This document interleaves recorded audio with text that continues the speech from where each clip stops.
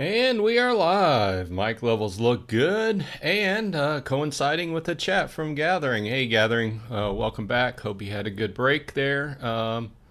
Let's go ahead and dive right in. I would imagine that there's a lot of things to talk about. A lot of things happening in Splinterlands this past week, a lot of changes in Golem Overlord.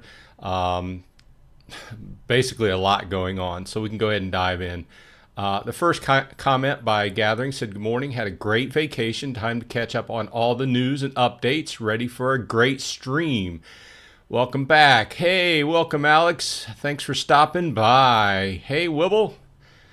Thanks for getting in here. Seeing you this morning. Alex says, my epic land sold for 155 US. So I got a max Immortalis, a max Grund, and then I bought a Cruel Lurker for $17. Nice. So you chose to take your land and sell it and put it into cards. One of the things I like about this game, and you know, sometimes I seem salty, but one of the things I do like is they've made this infrastructure, and there's so many different ways you can approach the game now that, like, I'm kind of going the opposite the way that Alex is going. I've been looking at buying more lands, and I've really stopped buying kind of cards on the side for play. I have been buying cards for staking purposes, but as I've said before, I've kind of been looking more at the land game. And of course, Wibble says we, and Gathering says great pickups, Alex. Yeah. Great cards. Can't argue with your choice of cards, right? And you know, the prices are still down, so you know, depending upon how you look at the game, I mean, the prices are down. Who knows? Are they going to go down more? I don't know, but they're down compared to what they used to be. So if you like playing the game, like investing in the game, like playing land and etc., you know, I think it's a no-brainer just to pick up some good cards. You know. Alex said, well, I needed a max Immortalis, max because I've been finishing up top 80 in Diamond. That should put me in the top 40. Yeah, good approach. I mean, I don't even, I'm probably back out of Diamond. One of my weak points, as we've talked about before, is my summoner levels. Most of my major summoners are at level 6. Obviously, my bot has been playing it a little bit above where it probably should be playing in usually like Diamond 3. But, you know, that goes right into the main topic of the week, right? The changeover of the way you go into playing leagues, right? And of course, I like the fact that they've actually put some marketing into this, as well as, you know, changing the spin on the whole way the changeover has looked. And I'm not trying to beat a dead horse. I'm just putting it up there for discussion because one thing I found interesting was they chose to make the changeover to SPS staking as far as leagues go right in the middle of a season. I kind of really figured that big of a change would have occurred between seasons. But yeah, what do I know, right? So as far as what I am doing, I initially thought, you know, going back to what we discussed before, and I've discussed in a few different videos, I'm probably going to have to go back down to playing in gold because of the differences in, you know, reward points and how much I'm going to earn. I just figured that. So, but thinking a little bit more about it, since we're in the middle of the season, I figured, well, I'll just let it go, and I'll let it go up in plain Diamond, and we'll see how I end up, comparatively speaking, from a quote-unquote old style usual. You know, I can see that I'm sitting at 26 Diamond chests right now, with 6 days left in the season. Usually I would be up around 30, above 30. So we'll see, because in the prior seasons before, I was averaging between 40 and 45 Diamond chests for a complete season. So obviously this isn't a scientific comparison. You know that when you see one of my shows, I'm not one of the guys that digs into the numbers to compare. And yes, I know there's been a lot of people on Discord just, complaining and everything. I'm at the point where it is what it is. You take the changes and you move forward. You make decisions. You decide what you want to do with your game, what you want to do with your investment, how you want to move forward. I have sort of made that decision to go down the land road. I'm not quitting playing the actual card game, because I still do play my guild brawls by myself, and I still do have Archmage playing on 2 different accounts. It's just I'm more heavily concerned with getting into the land right now. So, and we can talk about that, because I've been keeping a steady eye on the lands and thinking about, especially with the prior discussion this last week about the whole quote-unquote land surfing idea. Let's catch up with some comments.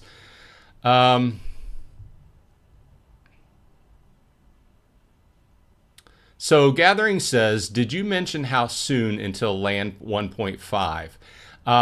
Or did they? I listened, and one thing they're being very good about now is not putting dates out. Now, from a development standpoint, and I'm not a developer, I just work in a software company, and I interface with developers on a daily basis, and how they work and how they develop. Putting a date out there is like putting a noose around your neck. So I've always thought that they should be very loose with the dates, and they should run it through like a marketing type team. I know they don't have a marketing team. They might have the one guy, but they should really be loose on putting any dates out, because once you do, you've got a noose around your neck. With that said, we know that land continually has been pushed back. Now, this last town hall, if you caught it on Thursday afternoon for me, I had to listen to the replay because it was right in the middle of the workday and I was busy, working to pay my bills. They specifically did not put a date out. What they did say is they stressed heavily throughout the show that it was top of mind, all hands on deck, and they were trying to get it done. So take from that what you will. Gathering goes on to say, I'm playing so much Splinterforge and Stone Shard, I don't have enough time for ranked battles. Okay. So I'm still playing Splinterforge. I know you went on and did some videos about Stone Shard. I have not tried that out yet. But once again, it comes to back to that point of you only have so much time in a day, right? So you have to kind of... And when it comes down to it, most of these games are just an escape, a way to relax, for at least for me. I'll just speak for myself, right? And if you're playing something and you're not having fun or relaxing, I say, find something else, right? So Alex says, I play blue, white, green decks and key dragon cards and dragon summoners. And he goes on to say that he really didn't like Splinterforge. I got crates that it started to open them and never really played. Well, like I said, once again, you have to, sometimes you try a game out and it just doesn't hit you, So I like Splinterforge. I'm not like overly into it. Like I said, you can check out Gatherings videos for more detailed information on it. I'm still playing the game on a daily basis, and I still am upgrading my equipment whenever I can, right? And I've started using the new staking mechanism for whatever experience is good for in the future, just to kind of be prepared. But I'm not like delving deep into it, so. I've lately been getting back into the physical TCG market, so that's what my other channel is about. And stay tuned if you happen to be interested in Magic the Gathering, Pokemon, other type of games. Keep an eye out. I do have a hot take video that's going to go once I record it today on just a little teaser on using Amazon to order your physical TCGs, if you're into that. Quick plug. Let's go ahead and catch up with comments. Gathering goes on to say, big changes coming to Splinterforge with hero leveling, adventure mode, and your heroes eventually becoming tradable and sellable. Yeah, that's you know, I just mentioned the staking going live as far as the forge goes. So I jumped in, started staking some. If you're not familiar, if you play Splinterforge, you can now stake your Forgium, and then you earn experience, and then you can unstake it. It takes, I forget how long it takes, but it takes less time than it takes to unstake in Splinterlands. So, but you can earn experience theoretically in the future when it goes live. Put that experience for, increasing the level or the power of your characters and such. But like I said, I haven't delved as deep into it as Gathering has. So. Plus new forge burn mechanics to help the price along with forge staking. Yeah, it does need some help because from the start of the game it was way up here and then it kind of tanked. But most games are like that. What I can see in these type of games is they really have to put a lot of thought process into the burn mechanism. It's kind of what I like about Golem Overlord. Where he put a lot of thought process into the burning, and then, once the volume of the coin gets onto the market and starts going up, then it just starts being inflationary, right? So, okay, so Alex says diamond is 100% better and easier than gold. Well, I'll just have to try it out. I do know that in the past, under the old way we played, I did find that diamond was better to play in than gold, but that was doing a relative comparison to how many chests I was making and the draws. So I don't know, I still don't know. You know as well as I do that when you open a chest, it's just RNG, right?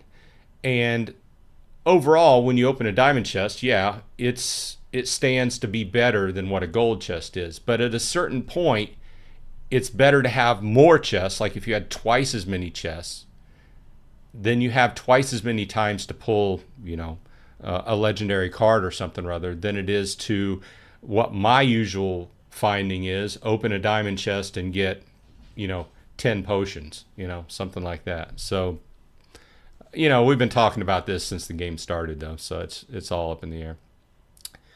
Alex goes on to say, I have 5 plots with totems, 1 Rooney.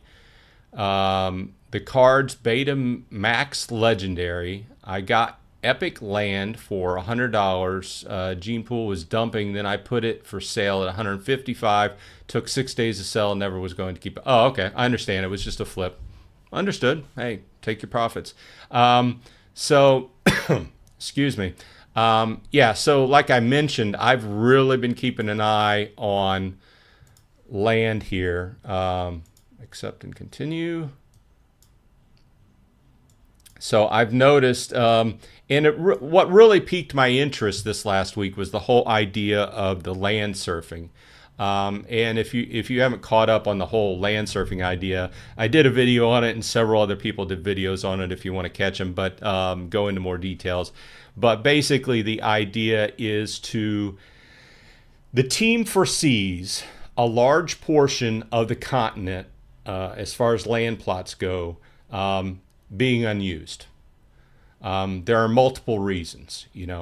People became disinterested in it, forgot about their land. Getting the land up and working has turned out to be too expensive, and they've decided not to use it. They put it on the market, can't sell it, it's just sitting there. Person died. Who knows? This happens on a daily basis. He bought 10 plots and he died, and his wife and somebody else, they don't know anything about it, So they're just going to sit there for infinity until the end of the game, whenever that happens, right? There's a multitude of reasons. But anyway, they foresee a large portion of land that's not going to be used. So what are we going to do with it? Just let it sit there? as we've talked about this in the past, what that does is that just brings down the value of the whole area, and the way they're trying to build it out, the interaction between everybody in a region. It's going to be required that everybody keep stuff staked, keep their plots active, keep things going. So it's going to be imperative that a region be lively, and that helps everybody out, especially if the person that owns the castle and the keeps are very active. Okay, so that's this whole idea, and the whole land surfing idea is to combat fallow land that's being done nothing with. So the idea was put forth by Hardpoint, who's actually doing the coding, to make it possible in some way for people to stake cards on land that is not being used in some fashion. Obviously, it's not going to affect who owns it or anything, but the basic idea is you go in, stake cards, you make 50% of whatever you make off that land, and the landowner makes 50%. Obviously, there are a lot of variables around that, and I've done a couple videos on it, but that got me thinking. So I want to speak a little bit more on that, but let me catch up with the comments because they're flying by. Let's see here. Gathering says the big change with adventure mode is, okay, so back to Splinterforge. The big change with adventure mode is that each hero will have to have their own armor, no armor sharing for adventure mode. Now you need 3 sets of boots, gloves. Oh, that's going to be incredibly expensive. I hope I can just switch the stuff around, because otherwise that is going to be too expensive for me. Because if you've ever played Splinterforge, just for instance, boots, boots are going to be your primary thought process, right? And I got to learn not to hold my hand up, because that activates the, I've got a camera that it activates it to go into, going back and forth and tracing me around the room. Anyway, that's going to be very expensive, and I don't know if I'm going to dive into that, because I've put a lot of money into getting my equipment to where it is. Hopefully you can switch around and play it that way, but we'll see. Darkest Night, hey, thanks for joining. Alex says people died. Yeah, people die every day. It's just a fact of life. Sorry, but it's just one of those things to think about, right? Darkest Night says perfect day for some Splinterlands talk. I completely agree. Alex goes on to say, maybe I will never open my land plot, and in 5 years from now I have for sale. Well, see, that's another thing. There's going to be a certain percentage of land plots that just are not surveyed, right? There are people just holding them just for future appreciation, possibly, So land surfing wouldn't work on those. So there's just going to be a certain portion that just aren't opened up, I guess.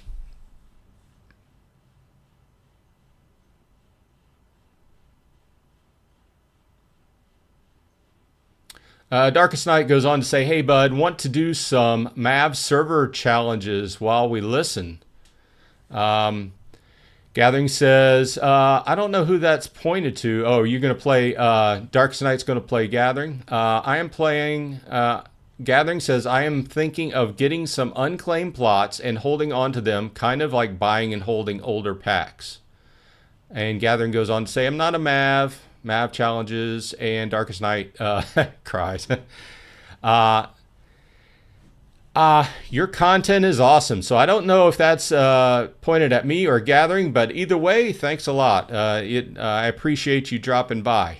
Just you being on the stream has pumped it up a notch. So back on the land talk, though, as far as what Gathering said, the whole talk of land surfing got me back into the idea of, scooping up some cheap land plots and just keeping them for the future. And, if you caught my last short take video where I was talking about land surfing, I think that a landowner is going to have to build out the land to a certain extent before people are going to start staking on it.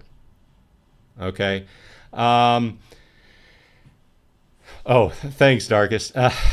Um, because here's the thought process. If you're a card staker, you got plenty of cards. You're going to sprinkle them around, make a little, say I need some wood or I need some water or whatever the elements. That's another thing they brought up on the town hall this week on Thursday was the fact that there was I forget what he said, 30 some odd elements that are going to be made from multiple land plots.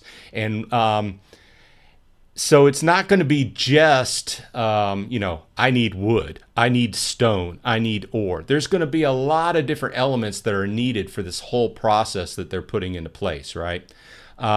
So you have all these different lands, which I noticed that some of the lands are not very popular and people are dumping them off. Bogs, swamps, deserts, jungles, things of this nature.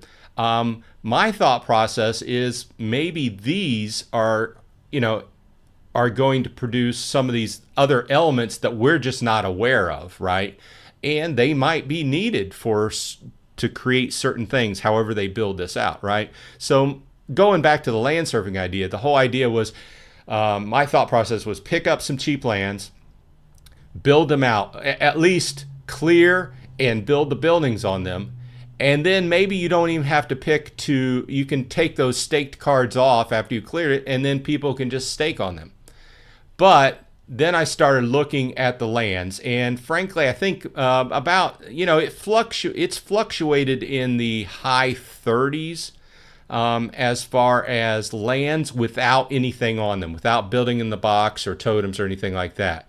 So we can see where it stands today. We're at 39 for the lowest, but last few days there have been a subset of them at 37, and one day it went as low as 35, but we're a little bit below 40 here. So, but once I started thinking about that, I got back into the thought process. I'm playing land, and to tell you the truth, if I buy a land at this point, I'm probably just going to stake on it and use it 100%, right?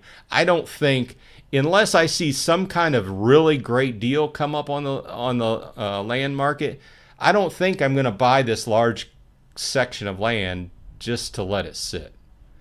That's just me. Everybody else, once again, there's 100 different ways you can look at this game at this point. And choose to what to do with your money. And obviously, if you have a lot of land, and not to pick on anybody, but Crypto Boggy has a whole region, right? And if you look at his region, Crypto Boggy, if you're out there, I'm not picking on you, I'm just using you as an example. That's a lot of land plots, right? And he has most of the good ones, and he's looks like he's selling off a lot of the commons, right? And I suppose he's being selective about that for some kind of a point way he's taken his game. But even being a whale, I don't see how you can go in and really stake well on a whole region, right? So I don't know. There's that. Just thoughts, random thoughts, because I've been really heavily thinking about this land thing this week, and I've bounced back and forth between going cheap and then just buying, say, go get a rare, speculative, like what would be the best, minerals and materials to get, which land, maybe people are selling off, jungles, and there's going to be something really good in jungles that we're going to need, right? Gathering says, I have strong feelings some regions will be extremely competitive and others will be very inactive, even with land surfing. Looking forward to it, though. Yes. Yes, me too. Just to show you how far down the rabbit hole my mind goes when I start thinking about this, I look at a region, and the first thing I do is I look at who owns the castles and who owns the keeps, okay? My thought process on this starts with that, okay? I want to see people in there that are either bigger investors in Splinterlands, or especially somebody that is on the development team, because this tells me that it's a strong backbone of the region, right? Now, I'm not saying this is right or wrong. This is not investment advice, you know that. But to me, that gives me a strong backbone for the region, right? The second thing I do is I start clicking around and see who owns the majority of the plots, who are the people I'm going to be around. So, and this goes back to the whole buying a bunch of cheap plots thing. If all these cheap plots in an area where it kind of looks like everybody owns the same person owns the same everything, and I might have a percentage chance of being in an area where a lot of the land is not staked on, I might rather pay $10 more and be in an area where, say, Darkest Night is, right? Or where Nate is, or somebody else on the team, or one of the other bigger people within Splinterlands, because I know, well, you know, they might buy or sell the land, but if they're going to use it, they're going to be on it, and they're probably going to be staked out, and they're probably going to be using it to good effect, right? So that's where my thought process goes. So, and also the whole idea of buying a common versus a rare. You know, a lot of the rares you can buy a rare for $10 more. Let's see. Okay, so let's sort by rare. So about $10 more, you can buy a rare and not a common. And one further, if you wanted a building in a box, you could go into Cush's region and get building in a box on a few different land plots. So, you know, there's a lot of thought process here, and maybe some people don't go into it as deep as me, but I tend to kind of overanalyze things, and I probably should make decisions faster, but I tend to overanalyze. Gathering says, I need to use this down period of the game to keep picking up cheap gold foil cards for land. Haven't checked prices since I got back. Are cards still low, or have they been rebounded? They've been staying pretty low. I've been using the same process we've talked about, and Magic kind of did the numbers on. Let's go ahead and go to the card markets. For better or for worse, I've chosen to go with max level gold foil commons, right? So we can see here that a lava spider, it's been up and down, but you can still get a max one for about $10. So, you know, I've been buying these max level gold foil commons, and not just to pick on lava spider, but, you know, all the usual suspects here, the cheaper ones, for the last 2 months, right? Just a couple a week. And they've been staying in the $10 to $15 range. And what I'm trying to do is I'm trying to buy a good selection of them, and not just go in here and buy, you know, 50 Ever Hungry Skulls. Because I like to have a good selection on my deck, because my deck is using these gold foil common max levels until such time that they need to be staked, right? So I think they've been staying. They fluctuate, and it depends upon what you need. Depending upon, just going over here to terrain preferences, just depending upon what you need, some are more expensive than others, as far as splinters go. Gathering goes on to say, I need to figure out if I have to be in the same tract or just the same region for future land pickups. Want to get each magical type of land, but that is almost impossible to get in the same region. Okay, so there's several different topics around this, right? So the first topic I think needs to be discussed is the discussion about taxes and transportation.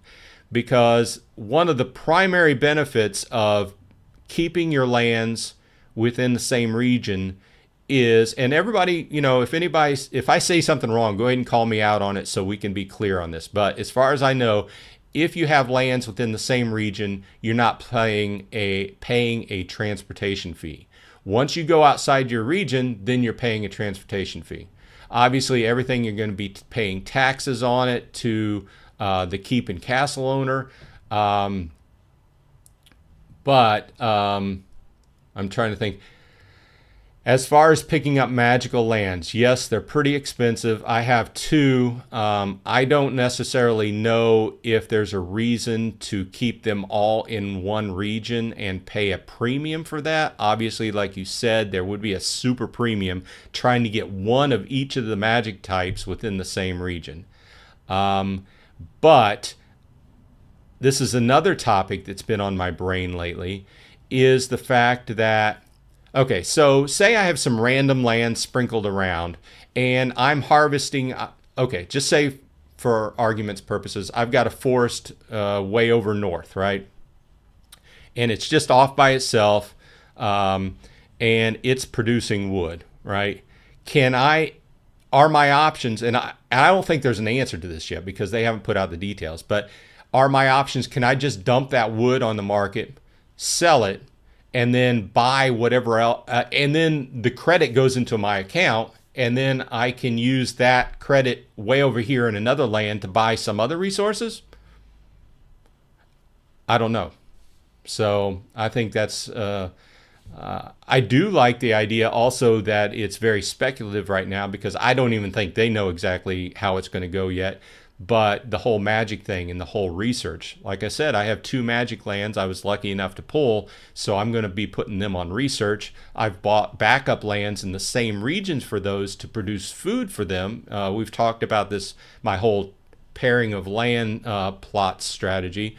Whether it works great, I think it's going to work great up to the point where 2.0 comes out, and then I'll have to make a decision about what I do with those lands, because at that point, there'll be a lot more people producing grain and dumping it on the market, and hopefully the grain should be a lot cheaper than 1 DEC per grain, right? So Darkest Night says, it's why I stopped at 20 lands. I plan to build tall, not wide. Completely understand. We've discussed this before. You've got to really think about going tall or wide. And Alex is a good example of going tall. I mean, he's put a lot into his land. And there's some other people that I talked to on my channel that did the same thing. But both are valid, I think, at this point. And, you know, we've discussed this idea before. Will you make more if you go tall on a small set of lands, or will you make more if you go shallow on a bunch of lands? Who knows? You know, who knows until we get into it. We're all going to learn at the same rate probably and learn from our mistakes.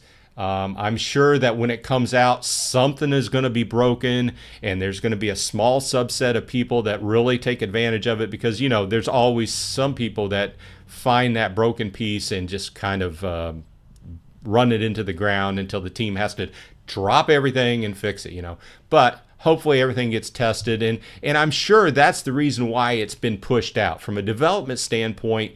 Like they've said, and like I know in the past, you get into a project and there are a lot of variables that come up that you had not anticipated, right? So you've just got to stop and you've got to work through those, on top of the whole thing about you know, the art department not being as, you know, as fleshed out as it should be. Love Nate, love the art department, but like I said, we're working through a bear market. They're working with a smaller crew than they had last year, so it is what it is. I am looking forward to it, though. Oh man, I need to catch up. Thanks everybody for dropping by. I appreciate everybody coming by today. Trying to make these Saturday morning conversations, Saturday morning for where I'm at, Eastern time zone in the U.S. More people, the merrier. Wibble says, same tract is tough to find. I'm trying to stick to one region to start. I think that would be a good point. I didn't kind of come across that thought process until I had already had a land way over here and a land way over here and a land way over here, you know. So currently I am mostly consolidated, but I have one land plot all the way on the other side of the map from where my others are. So tried to sell it. It's not selling, and I'm not going to take such a heavy loss on it at this point in time. I'm just going to let it do what it's doing because, you know, the other thought process, or the other thought is, like we've talked about in the past with gathering and such, is that going forward in 2.0 and forward, you're going to have other requirements such as storage and things like this. So if you have single single plots in different areas, you could use it for storage or probably a couple other things that you, you know, maybe necessarily might be not thinking about right now until they put out the details. So I wouldn't necessarily, myself, I wouldn't take a heavy loss on selling a plot. Obviously, everybody has to make their own decision, but I'm not taking a heavy loss on the plot. I'll just let it sit there and do what it does. Even if I have to just stake lower level cards on it, it'll be active. It'll be doing something until I can put my gold foils on it. Darkest Night says, Yorkdale would love to have you. I'll have to check that out. In fact, I'm taking a note here to check it out. Okay, so Gathering says, I have a plot in 110 that I'm looking to swap for one in 43, 51, or 133. What regions are you in? Speaking to Darkest Night. The main is 17.3, Darkest Night says.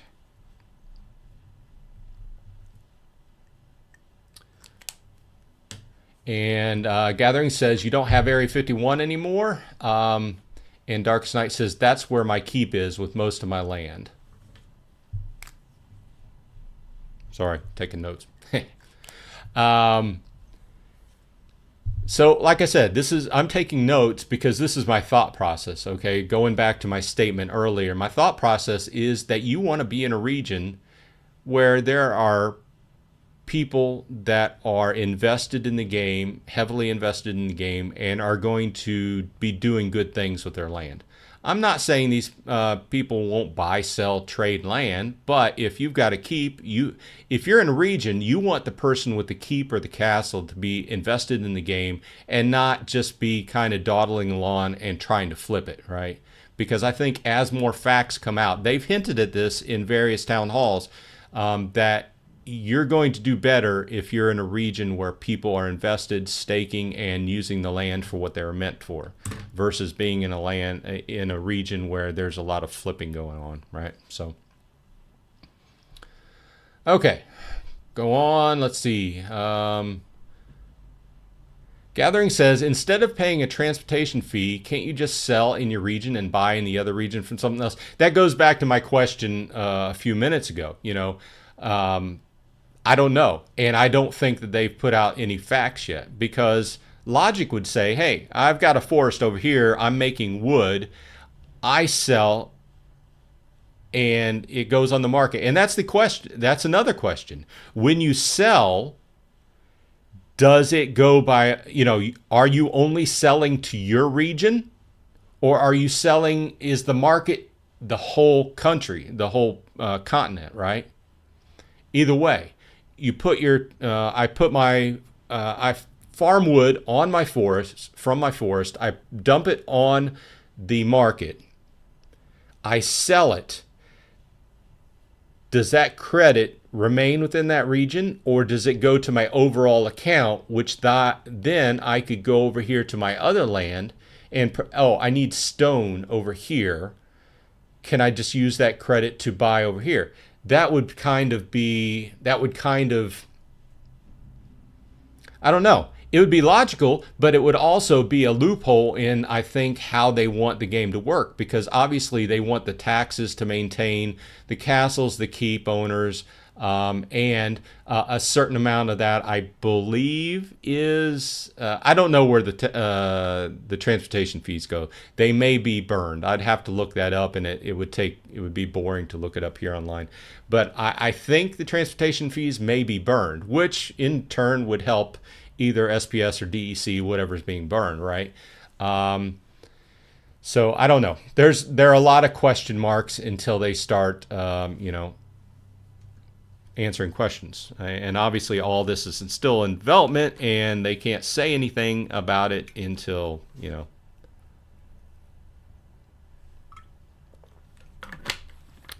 quick water break.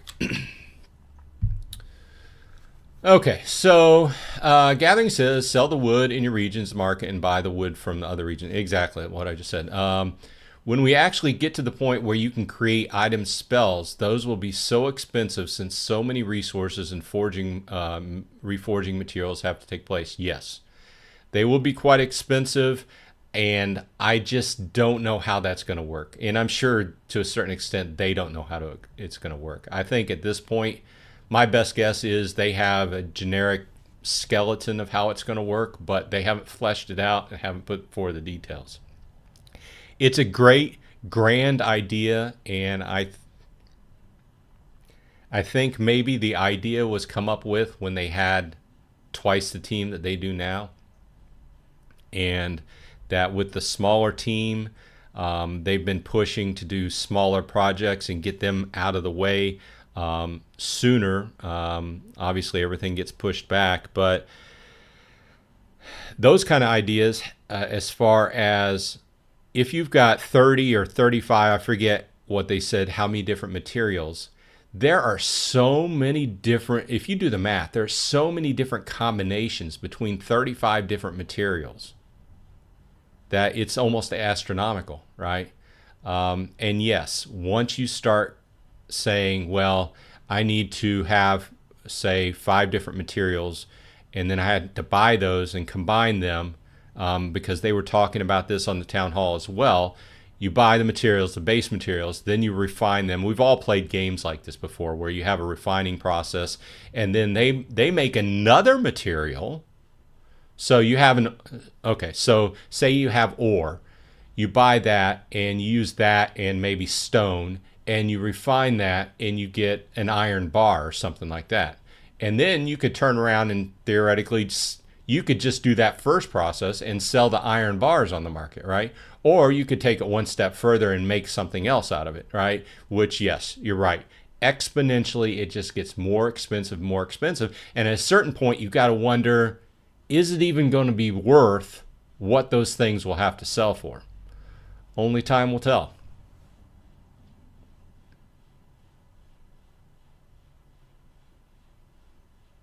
Gathering goes on to say, I have the feeling you will never have enough land, and if you are a tract owner, you'll have to delegate, rent out some of the land because you won't have enough resources to go solo.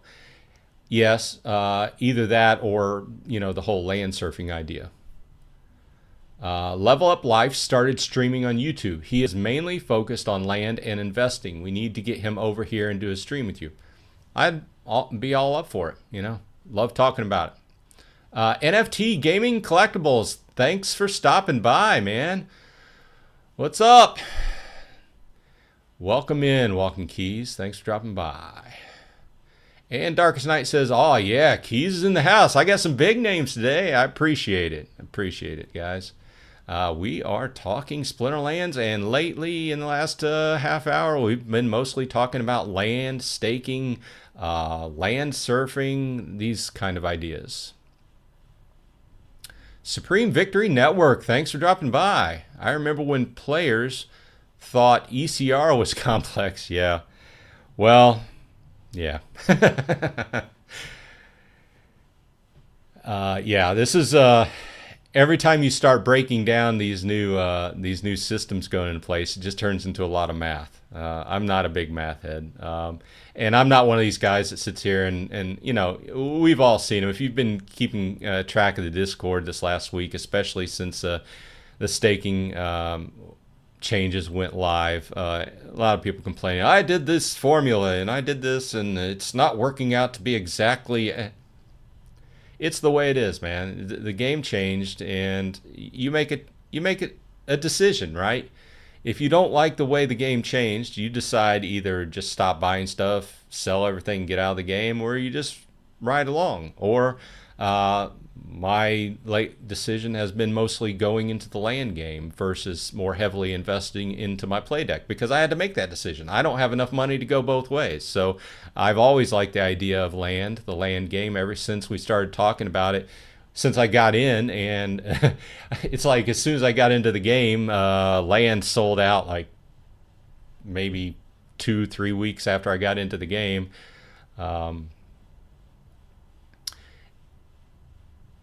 Gathering says, as good as the team is, regardless of size, when land does fully come out, I think we will be all blown away. Some rough spots for sure, but overall they will hit it out of the park. I'm very hopeful. I don't have anything against incremental like this, like we're going 1.52. I don't have anything against that because I know, like I've said before, I know how the development process goes. And we all know, if you're playing this game, we know that you put out something and you test it to the best of your ability, but there's always going to be something you miss. But what you miss, you don't want to be a game-breaking thing. And in this market, with crypto being involved, you especially don't want the broken part, or whatever happens to end up bubbling to the top, to heavily hurt DEC or SPS, because they've been taking all these other actions going forward to try and increase the value of DEC and SPS.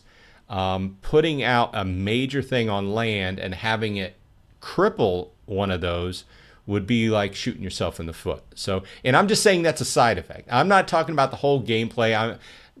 I'm sure land, I'm hoping land will be fun to play. I'm hoping that I can come home from work and I'm like, okay, what do I need to do on my land today? Okay, I need to do my upkeep. I need to go over here and buy some grain. I need to buy some wood over here so I can combine it over here. Things of this nature. This has kind of been a game archetype since computer games started, harvesting, building, things like that. But we're in a new age where you technically could make, real money off of it. I say technically could, as we're trying to back away from that play and earn moniker, because I don't know about you guys. I've never really sold a whole lot, and I haven't taken anything out of Splinterlands, but I've had a lot of good times. I've had good enjoyment. If I wasn't enjoying the game and everything it was bringing, I wouldn't be playing it. I would box everything up, sell it, and be out of it. So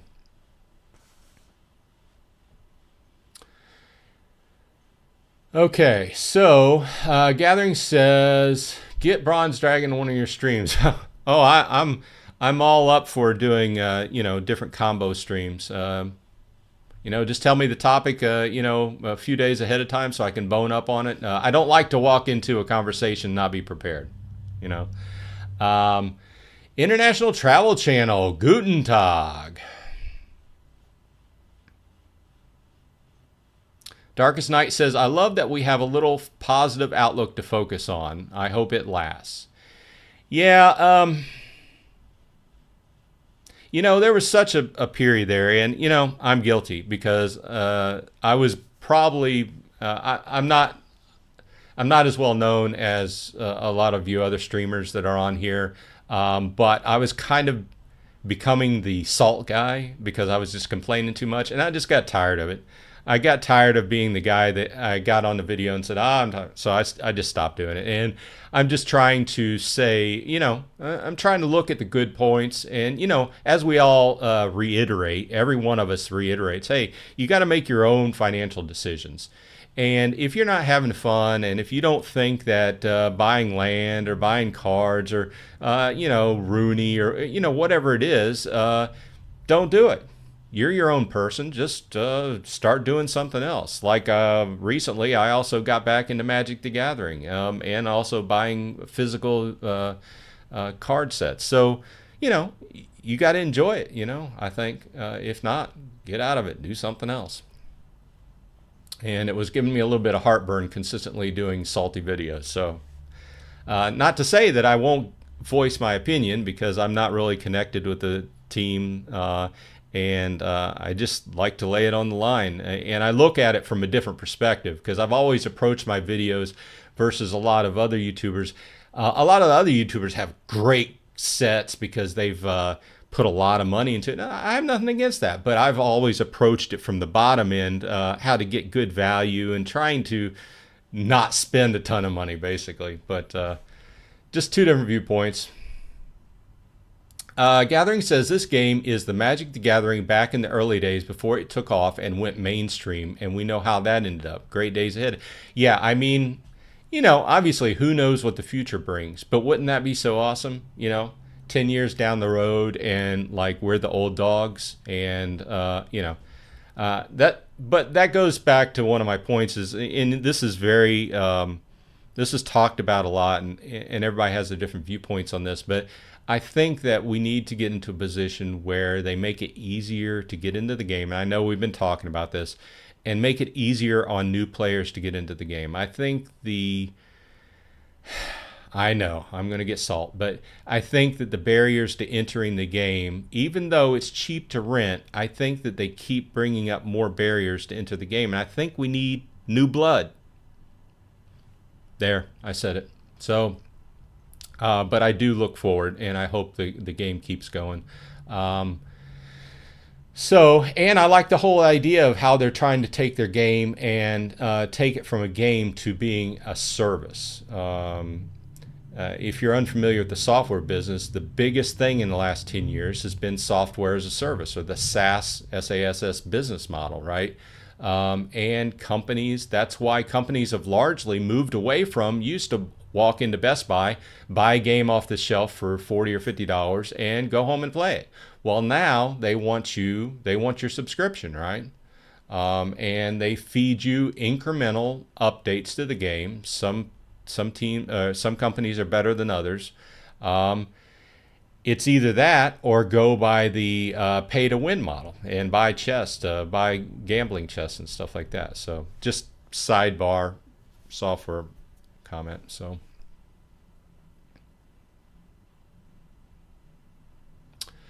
NFT says, I agree to Darkest Night. Positivity in the community encourages the team members.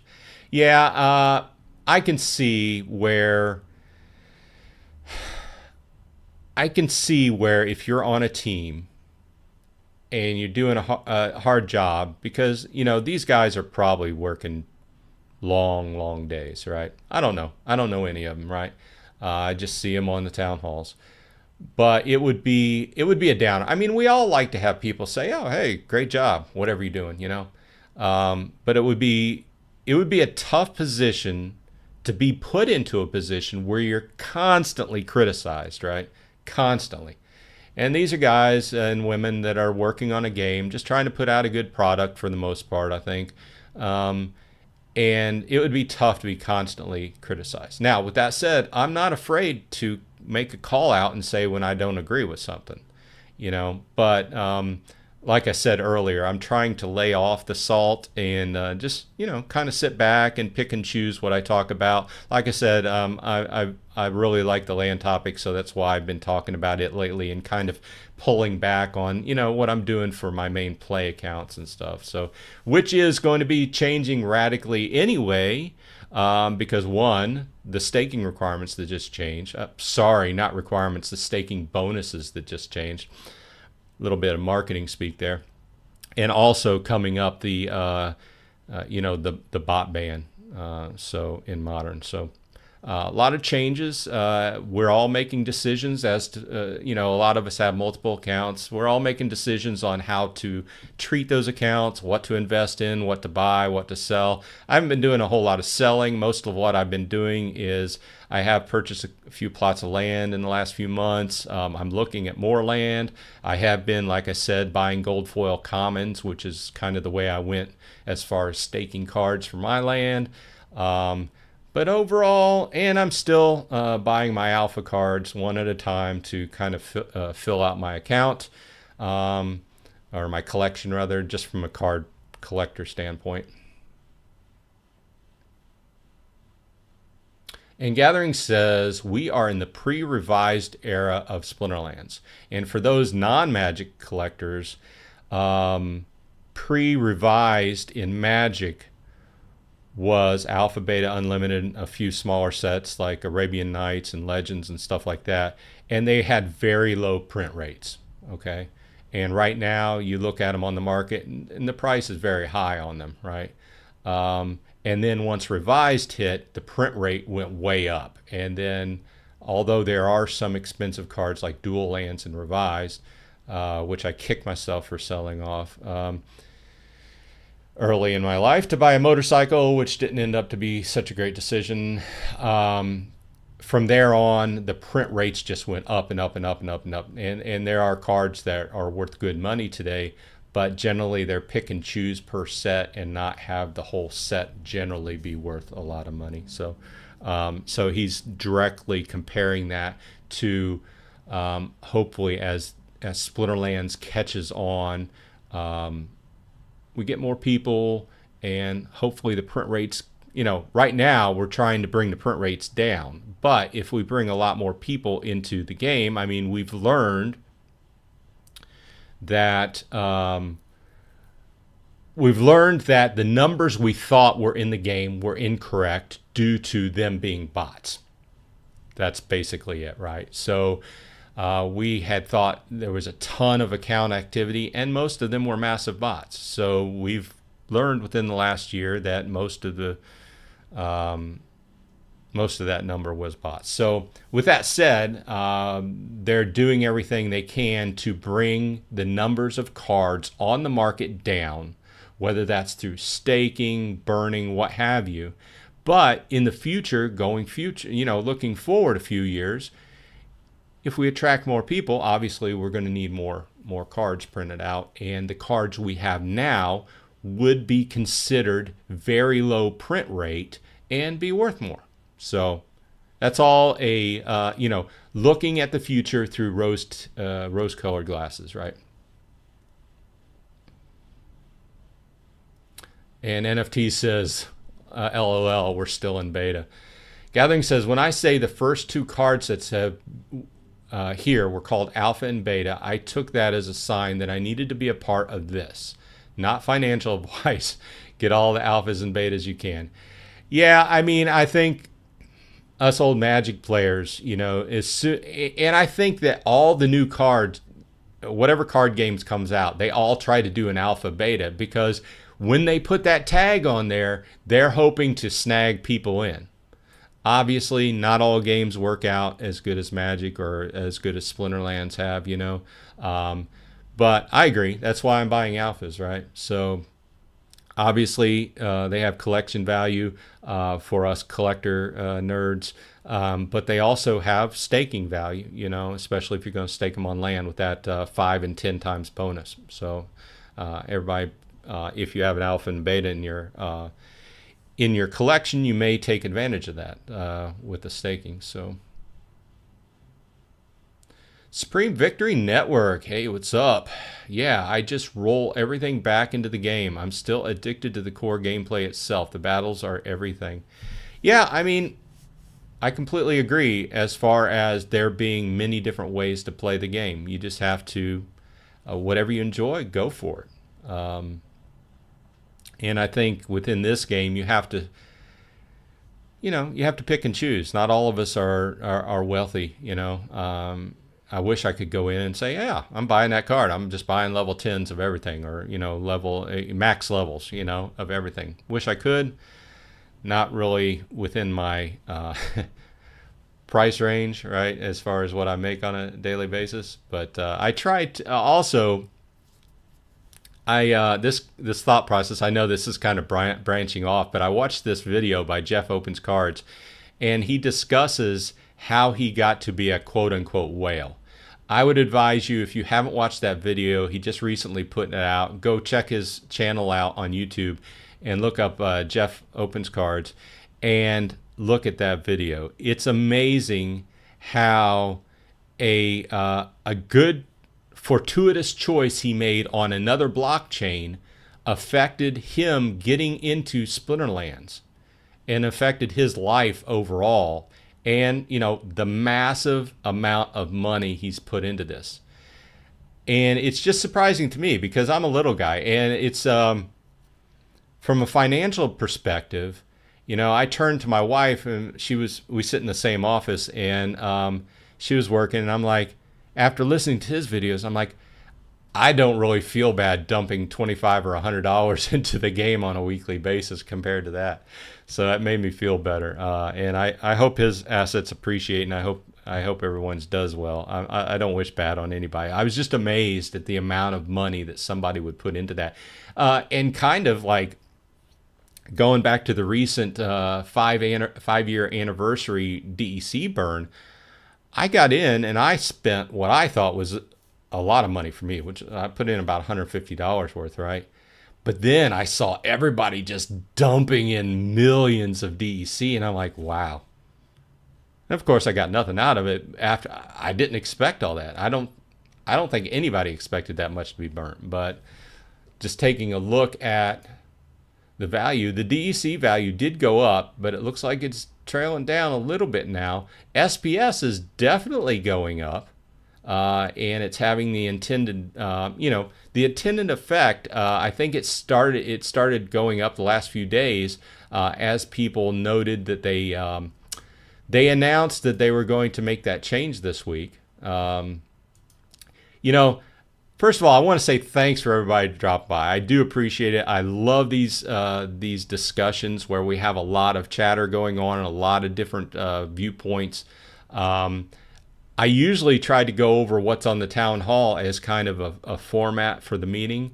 But we just had really, I guess we touched on a lot of the different topics, but didn't really have much time to go through this. So it's on the half hour, which we've been going for an hour. And Gathering says, is everyone going to be focusing more on Rift Watchers now that it is no longer attached to SPS? It is a fantastic set that no one is talking about. Well, I agree. I think that a lot more packs are going to sell. They've opened it up. They've made it easier to buy Rift Watchers packs, basically. They've made it a little cheaper because they're no longer like set at the $5. They're now just 5,000 DEC, which DEC is a little bit below peg. I'm not certain where it's at right now, but in fact, we were just there. So, it looks like it's right around in the 83 cent range per 1,000. So, you could go in and get a Rift Watchers pack for, $4, a little bit more than $4, right? Make them very easy to buy. I agree, it's a great set. I have hardly no Rift Watchers packs or sets. I'm still getting used to the new UX, the new UI here. Oh,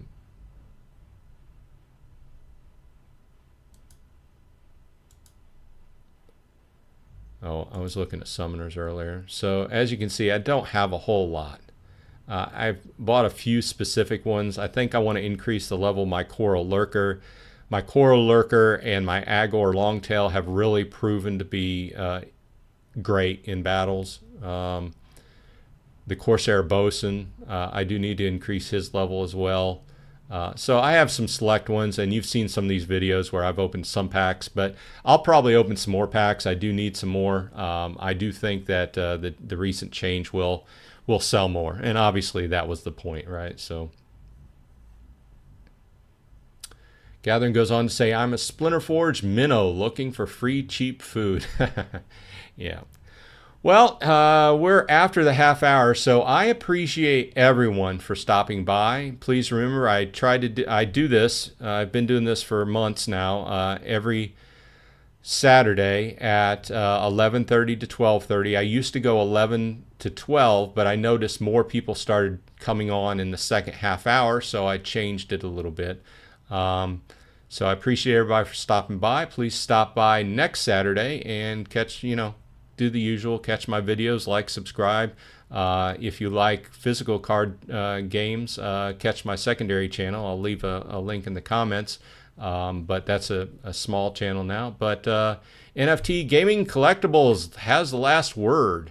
I like Rift Watchers cards, and now that Matt is talking about burning, they could be a great set to own. Thanks for the stream, says Gathering. Yeah, that was a mixed Yeah, I caught that on the his statement on that, and I think that he was, it's obviously trying to put a little bit of flame behind everybody. Hey, buy these packs, right? So I agree. I think especially the summoners. There's several great cards in the set. The summoners, for most part, are great. I am lacking in the summoners, so I will probably look for the summoners, although there's a few key cards here I might want to point out. The Corsair Bosun, Agor, and Core Lurker are looking for a increase in level from me. But as I said, I've been more focused on land lately. And Gathering says, they better not burn any more packs. Save them for the future uses. Yeah, the comments started coming in when he said that. So we'll see. The point is obvious. They want to increase the value of the cards, and they want to, maybe on the back end, they're looking at, maybe we put too many packs of Rift Watchers out there. That's the whole, the whole decrease the circulating supply idea, So anyway, I appreciate everybody for stopping by. Please have a pleasant rest of your weekend, and I will see you on the flip side.